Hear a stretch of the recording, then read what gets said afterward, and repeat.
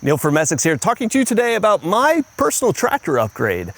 You would have seen me run this Kubota LX3310 for about the last 3 years now, and I'm making the upgrade to the LX4020. Now, most of the reason why I'm doing this is so that we're running the current model tractor for YouTube videos.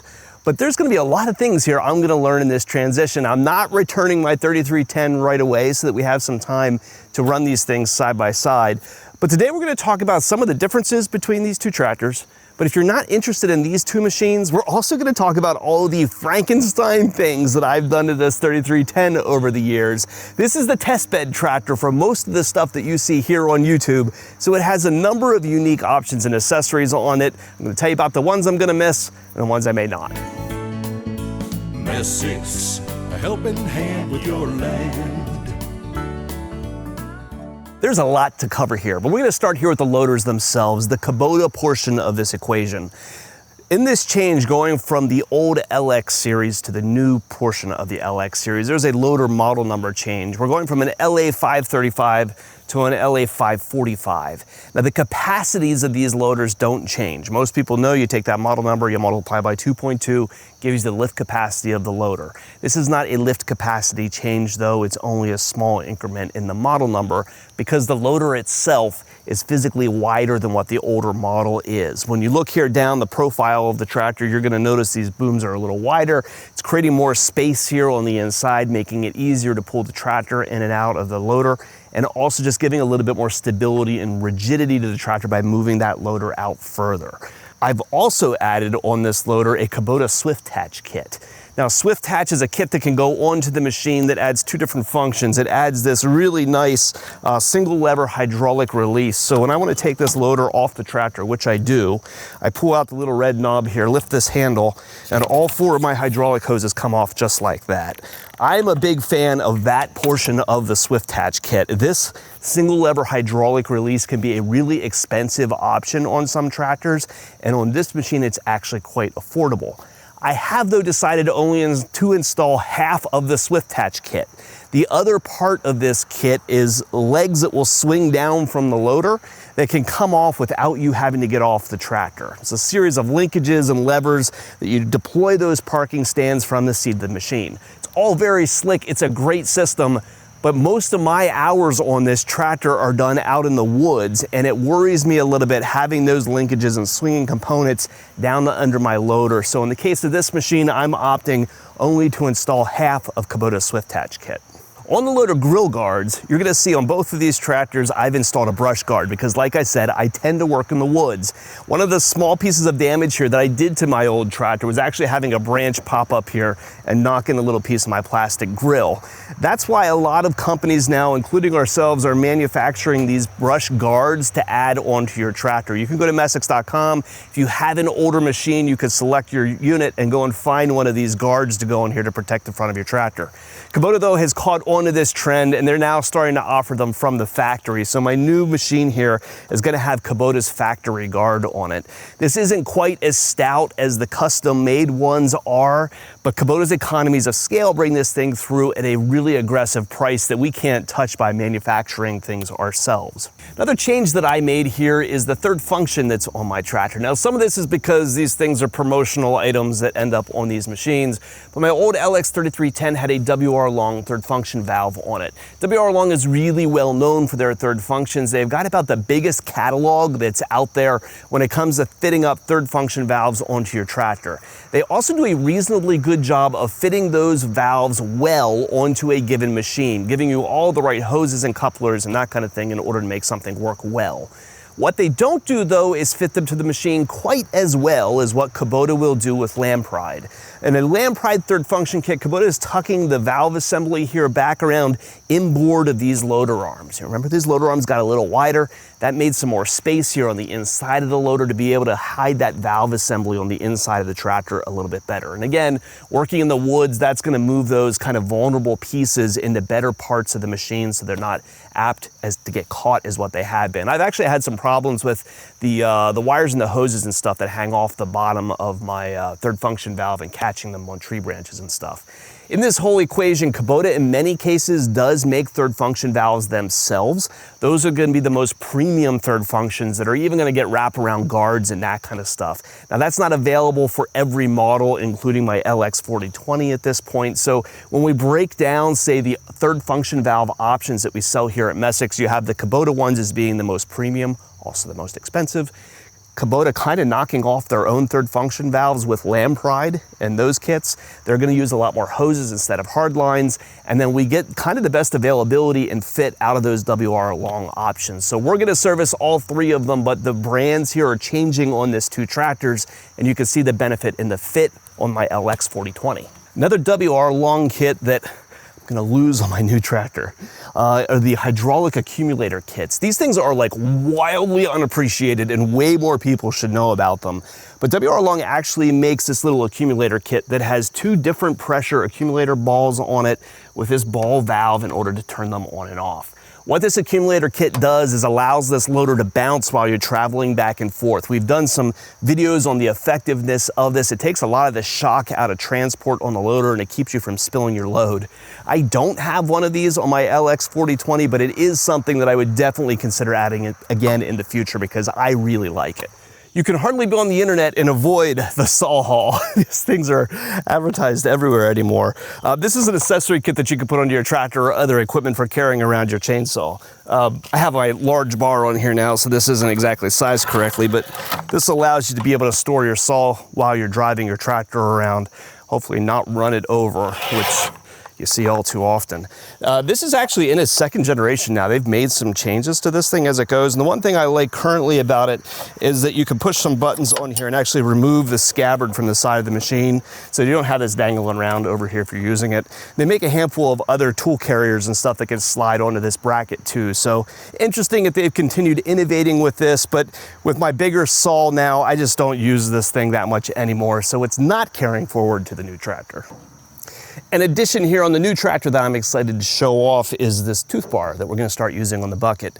When you look at your bucket and you think about this as a shovel, it takes a lot to push a 5-foot wide shovel into the ground, but adding a tooth bar onto the front here with its ripping teeth are going to loosen that material and make it a lot easier to get a full load up into the bucket. These are actually something that we're sourcing here at Messick now, and for very good reason. As years have gone by, as steel costs have gone up, as labor's gotten more expensive, buying these things affordably has become really challenging. So we are now sourcing these from an overseas manufacturer, but we're ordering them in the custom dimensions that are required in order to fit Kubota buckets properly.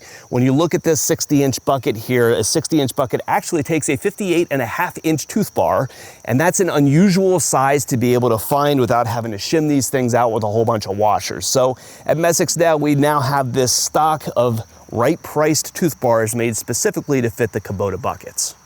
I clear snow with my tractors in the wintertime, and having a work light on your machine is a near necessity for doing that kind of work. As good as what your headlights can be, you put a loader bucket in the front of them and they're virtually worthless. I've been really happy over the years with these Artillian work lights. They bolt here on the side of the tractor.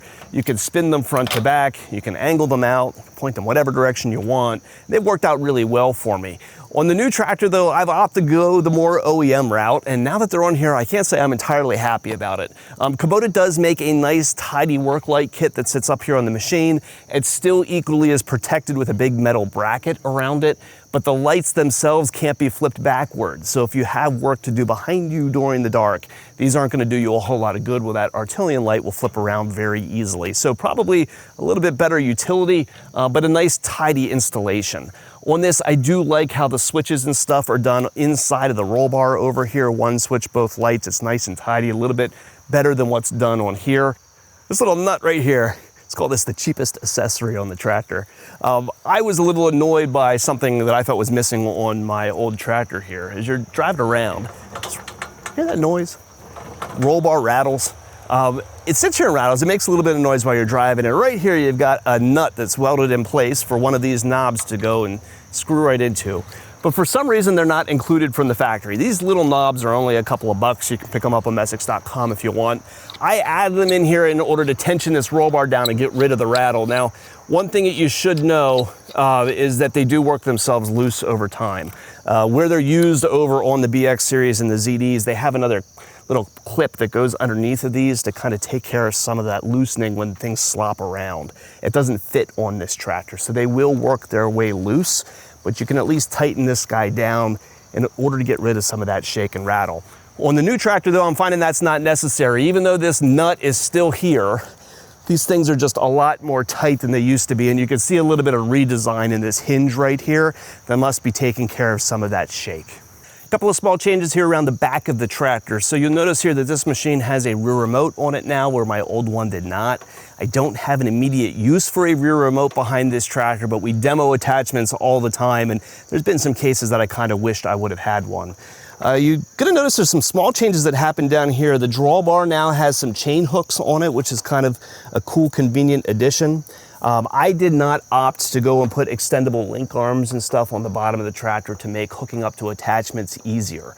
That is an available option on this, and we do see a fair amount of people opt for it. I, though, pay for my own stuff, for one. Don't mind using the boot to kick the 3-point arms over top of the implements when necessary.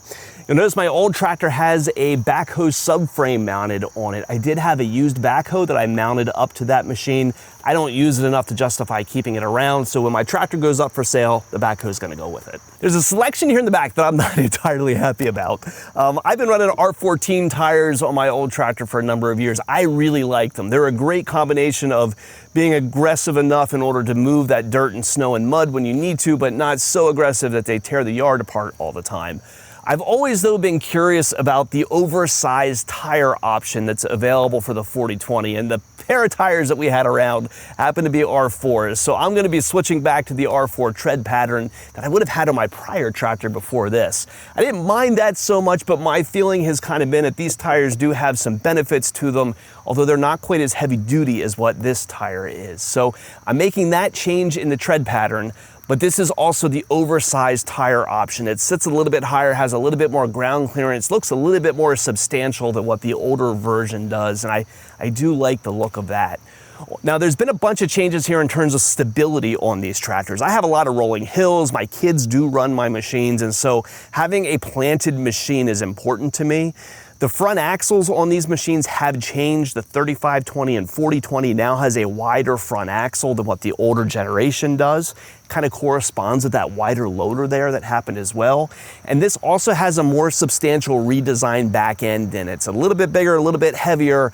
But going beyond all of that, I've also always run wheel spacers. So if you look here at my tractor, I have an 1 3/8 wheel spacer that sits on the inside of that tire that brings the tires out even further. And as small of a difference as an 1 3/8 sounds, I can tell you from experience, it makes a big difference in how planted your tractor is.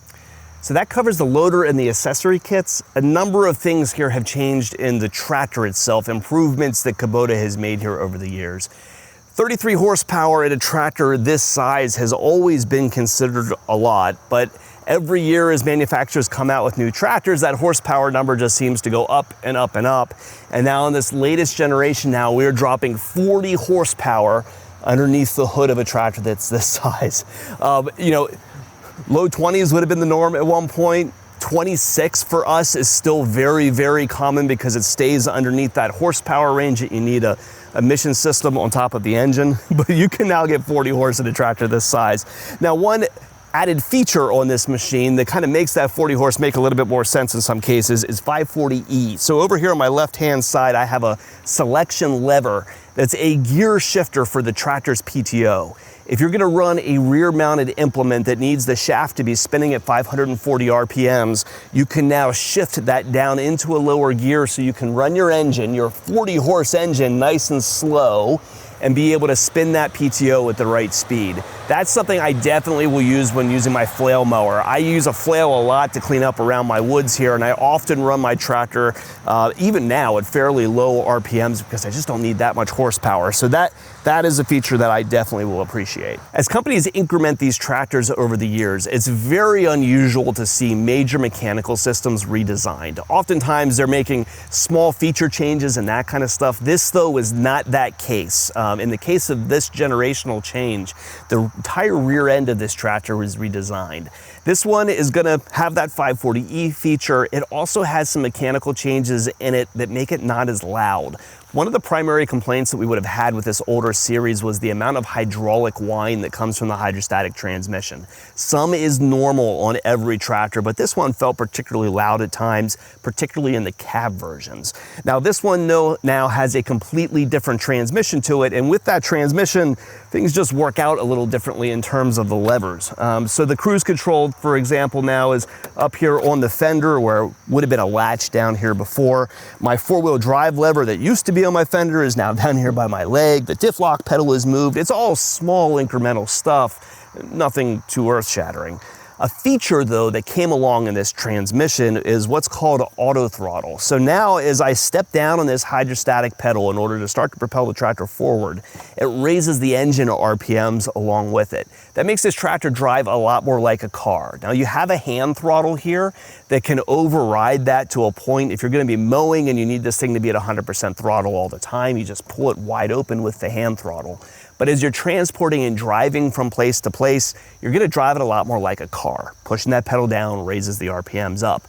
Kubota's Grand L series tractors have always operated that way, but that was a feature that we didn't really find in any other model and now is available here. It did not exist on the old one. A couple new buttons up in here that we didn't have before. This one is gonna be a throttle recall. So if you're gonna be running at, say, that 540 RPM mark for your rear implement or a lower RPM that's needed by that 540E, you can store those throttle speeds here with this button and then simply pop it in order to have the tractor return to that spot. Up here, there's a button for parked PTO. If you need to operate something like a wood chipper, you need to use the tractor's PTO when you're not in the seat. Normally that's considered a bit of a safety hazard. You'd push this button here in order to allow the tractor to do that so you can run that PTO when you've gotten off the machine. And then lastly, down here on the console, there's a latch here in order to do the tilt steering wheel. The old model would have used a lever down here, and that lever had a bad habit of getting bumped, knocked, or vibrated, and that steering wheel sometimes popping loose from its position. This is a much more solid, positive lock than what would have existed on the old model.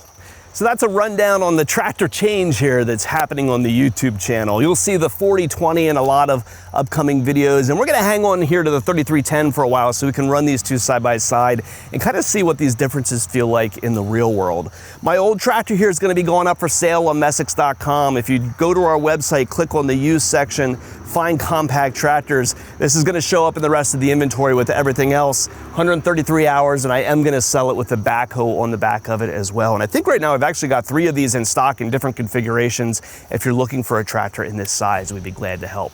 Shopping for a piece of equipment, or if you need parts or service for a machine you've already got, give us a call at Messick's. We're available at 800-222-3373 or online at Messick.com.